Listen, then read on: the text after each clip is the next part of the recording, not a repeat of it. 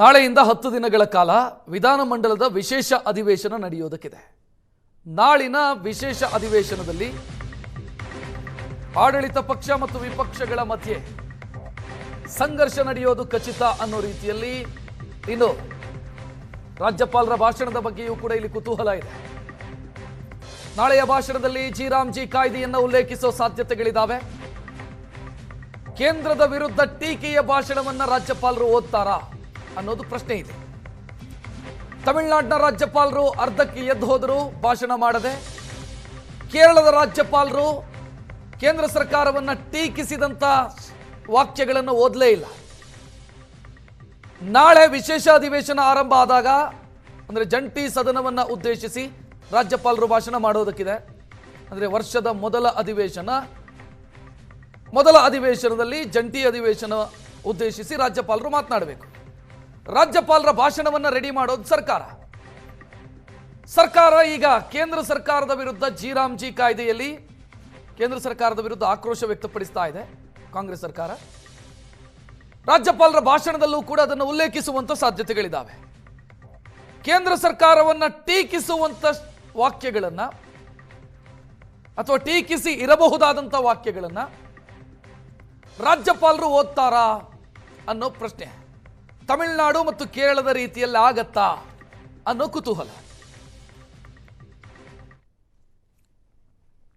ರಾಜ್ಯ ವಿಧಾನಮಂಡಲ ಅಧಿವೇಶನದ ಜಂಟಿ ಅಧಿವೇಶನಕ್ಕೆ ಕ್ಷಣಗಣನೆ ಆರಂಭಗೊಂಡಿದೆ. ಪ್ರತಿ ಬಾರಿಯಂತೆ ಈ ಬಾರಿಯೂ ಕೂಡ ಜಂಟಿ ಸದನ ಉದ್ದೇಶಿಸಿ ರಾಜ್ಯಪಾಲರು ಭಾಷಣವನ್ನು ಮಾಡ್ತಾರೆ. ಬೆಳಗ್ಗೆ 11 ಗಂಟೆಗೆ ಸರಿಯಾಗಿ ರಾಜ್ಯಪಾಲರಾಗಿರ್ತಕ್ಕಂಥ ಗೆಹ್ಲೋಟ್ ಅವರು ಜಂಟಿ ಸದನ ಉದ್ದೇಶಿಸಿ ಭಾಷಣ ಮಾಡ್ತಾರೆ. ಆ ಮೂಲಕ ಅಧಿಕೃತವಾಗಿ ವಿಧಾನಮಂಡಲ ಅಧಿವೇಶನ ಆರಂಭಗೊಳ್ಳುತ್ತೆ. ಆದರೆ ಈ ಬಾರಿ ರಾಜ್ಯಪಾಲರು ಮಾಡ್ತಕ್ಕಂಥ ಭಾಷಣದ ಬಗ್ಗೆ ಸಹಜವಾಗಿರ್ತಕ್ಕಂಥ ಕುತೂಹಲ ಇದೆ.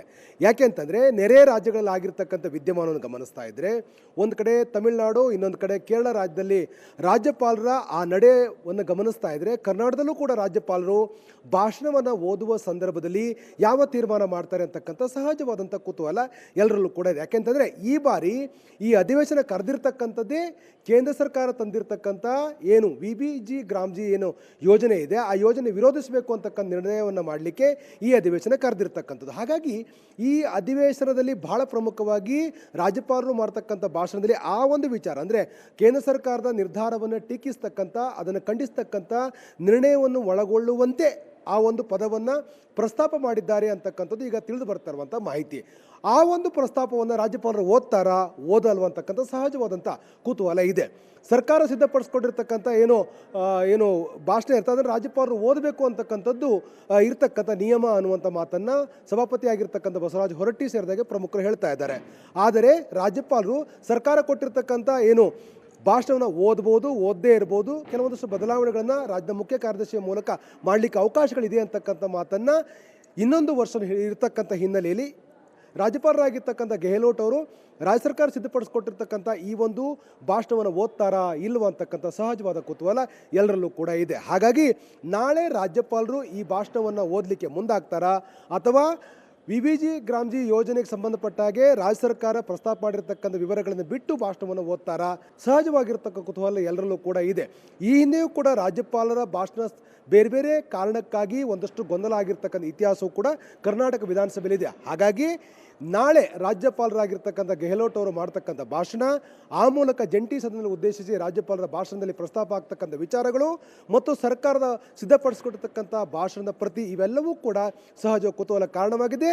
ನೆರೆಯ ತಮಿಳುನಾಡು ಮತ್ತು ಕೇರಳ ರಾಜ್ಯಪಾಲರ ಅವರ ಕೆಲವೊಂದಷ್ಟು ನಡವಳಿಕೆ ಹಿನ್ನೆಲೆ ರಾಜ್ಯದ ರಾಜ್ಯಪಾಲರ ನಡೆಯ ಬಗ್ಗೆಯೂ ಕೂಡ ಸಹಜವಾಗಿರ್ತಕ್ಕಂಥ ಕುತೂಹಲ ಹೆಚ್ಚಾಗಿದೆ. ಕ್ಯಾಮರಾ ವೆಂಕಟೇಶ್ ಜೊತೆ ಆನಂದ್ ಪಿ ವೈದ್ಯಮನೆ, ಏಷ್ಯಾನೆಟ್ ಸುವರ್ಣ ನ್ಯೂಸ್, ಬೆಂಗಳೂರು.